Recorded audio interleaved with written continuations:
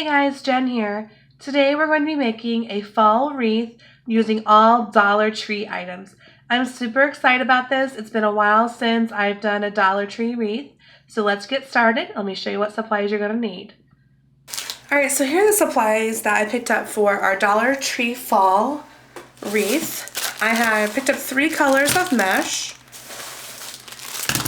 And again, this all came from the Dollar Tree. It's the 6-inch mesh.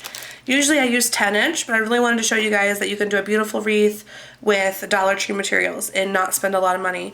So I picked up the 3 colors. I do have an orange as well. I just decided that I didn't want orange because I want the orange to be bold and celebrated in my wreath, if that makes sense to you.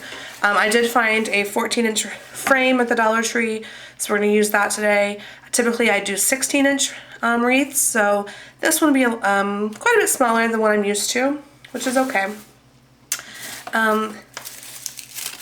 We have these beautiful corn. Aren't these so pretty, this Indian corn? I saw some of this at Hobby Lobby, and I was like, oh, that's so pretty. I put that on my shopping list. And when I went over to the Dollar Tree, I was like, oh my goodness. They have it too. It's so pretty. It's almost sparkly, if you can see. I really like this. So I picked up a couple of these. I got some pumpkins. These pumpkins I also saw at Walmart. They were just putting their fall stuff out, and so I just saw them at Walmart for 98 cents. So if you can't find them at your Dollar Tree, never fear. Your handy dandy Walmart will have them. I almost wish I would have went ahead and got the ones at Walmart instead of these, but this is a Dollar Tree wreath, so I tried to stay true to my form here. I also have some ribbon. This is from Dollar Tree this season, and that was really pretty. And here comes the orange I want to highlight with the pumpkins, this sheer pumpkin glitter ribbon, the orange that's in the plaid, and then of course my fall leaves. So this is the orange I want to highlight in my ribbons. Oh, and I also got this cute little owl. And I'm on the hunt for a scarecrow. So I'm going to go ahead and make my wreath, but the scarecrow is going to be an accent on my wreath if I can find it. So my Dollar Tree was out when I went, or perhaps they hadn't put it out yet. That is completely possible. So we cut on a self-healing Fiskars cutting mat. Saves a little bit of time. I have in the past, used a piece of tape and then cut my mesh that way. A lot of people cut their mesh multiple pieces at a time. I don't. I like to do one color at a time and then just make a big pile and get from there. I will tell you, it's easier to cut your mesh if it's rolling down versus this way because it tends to roll up. So if you cut it down, face down, it does a little bit better. So when you open your mesh, you usually have this jagged edge, and so you just want to cut that off.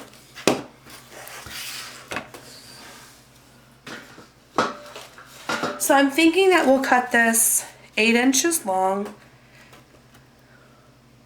Let's do 10 inches long. We'll do 10 inches long. So 18 to 8. Let's see how that does. And we are doing the curl method here. Let's see here. Yeah, I think that'll be pretty, don't you? So it's going to be about that long. Like I said, oops, hit my camera. Usually I do the 10-inch mesh, which really does make a big difference. But this is still going to be beautiful. And there's lots of ways you could roll this mesh. You could make a sunburst mesh where you can fold in on the ends, where you fold the ends like this and then scrunch it together. And then you have these sunbursts coming out this way. There's also where you could just scrunch it like that and do this kind of method. But I like the roll method, especially since I'm going to be putting this on my classroom door. the rolls tend to hold up better. So I'm going to get all this mesh cut up, guys, and then we will reconvene. Okay guys, so in the process of me getting everything cut up, I actually had a request to do a sunburst wreath, so I thought I would just go ahead and do it with this fall wreath. So this will no longer be a roll wreath. However, I will show you how to do it as a roll. You're going to take your 3 colors, roll this up, get all 3 colors in your hand, put a pipe cleaner around here, and attach it to your wreath, okay? Now we're going to do this. I had some leftover pipe cleaners from my St. Patrick's Day wreath, so I'm going to go ahead and use these green ones up. You want to fold them in half. That way you can double the amount that you have. Okay, so you're going to take your color, find the ends, pull it, and then you're going to pinch it in the middle, okay? And that gives you this nice sunburst. Do that to all 3 of your colors. Just find it, pull the ends, pinch it, and you want to lay them on top of each other. Ooh, got all this mesh laying around everywhere now. Okay.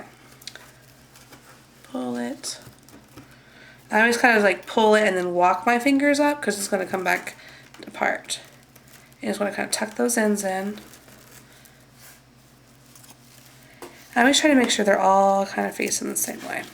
This is kind of similar to the petal wreath too, where you have that V shape. Now I will tell you, this will fray a little bit more than what you're used to, okay? If you're doing the roll method. Now I'm going to try something a little different with this one. Normally I put my ribbons in last. I'm going to try and do bundles with ribbons. So I'm going to put my ribbon in here with my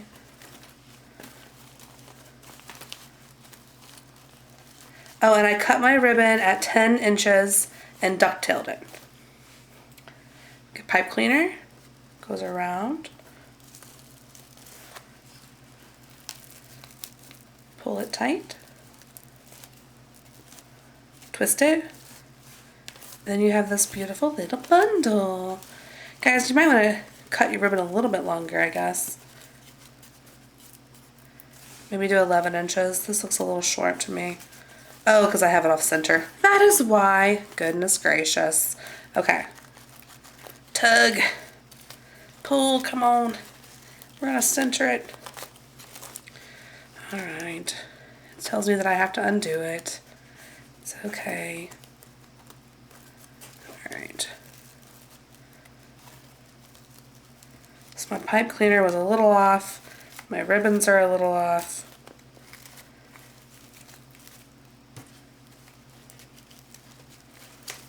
We're going to get it though, okay? Here we go. Twist it. That's better.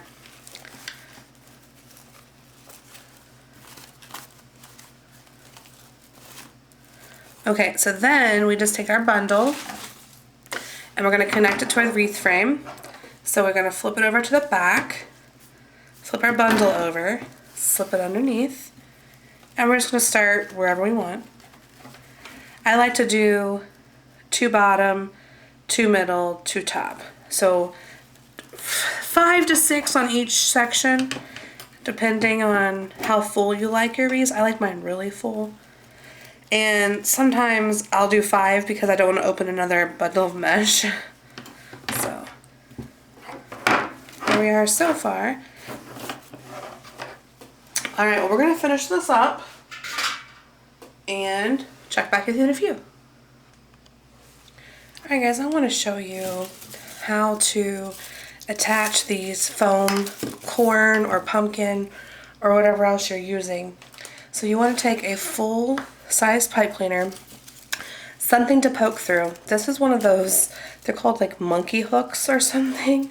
A small screwdriver, something that has a sharp edge and that you can poke through. So this is styrofoam underneath this. So you just want to poke through about where You don't want to get too close to the top though, because you don't want it to pull through.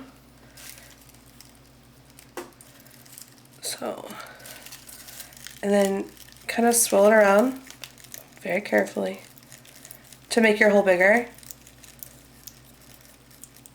Now some of the corn's going to fall off because you're making a hole, and that's okay. Then take your pipe cleaner, find your hole, and push it through.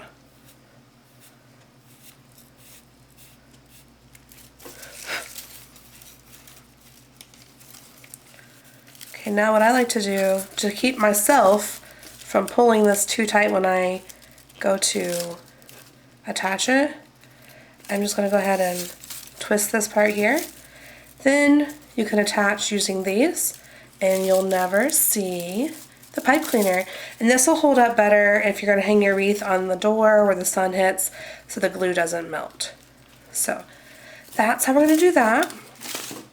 I think we're going to try and do the same thing with our owl. I think it'll be a little more difficult because this is cloth, but I think I can make, because it's woven, I think I can make a hole. Yeah.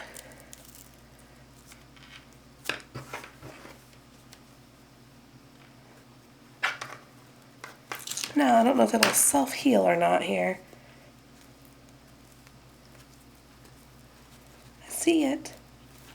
Going through. There we go. Look at that, guys. Perfect.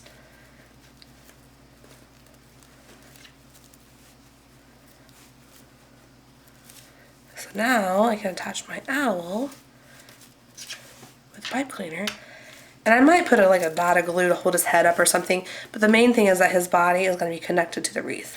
Alright guys, so I did go out and I did find a few more things I wanted to add to my wreath. You know, I was looking for the scarecrow, so I did find this little guy.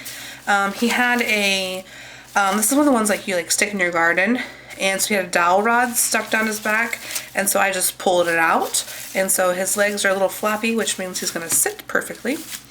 I also found this package of 50 oak leaves, and they had tons of different types of leaves, but I really like this one because it had the orange sparkle in it, and the other ones had like red and yellow, so I really liked this one. I also found a package of little gourds that have like, I don't know if you can see that, but they have a little bit of glitter on them, so that this would be cute on my wreath. And then I found this sign, which I'm not too crazy about the pumpkin, however I love this harvest sign. So I'm going to take this harvest sign off and add it to my wreath. Alright, well I'm going to finish up this wreath and let you see the finished product. Alright guys, so this is our finished product. I hope that you have been inspired, and happy crafting!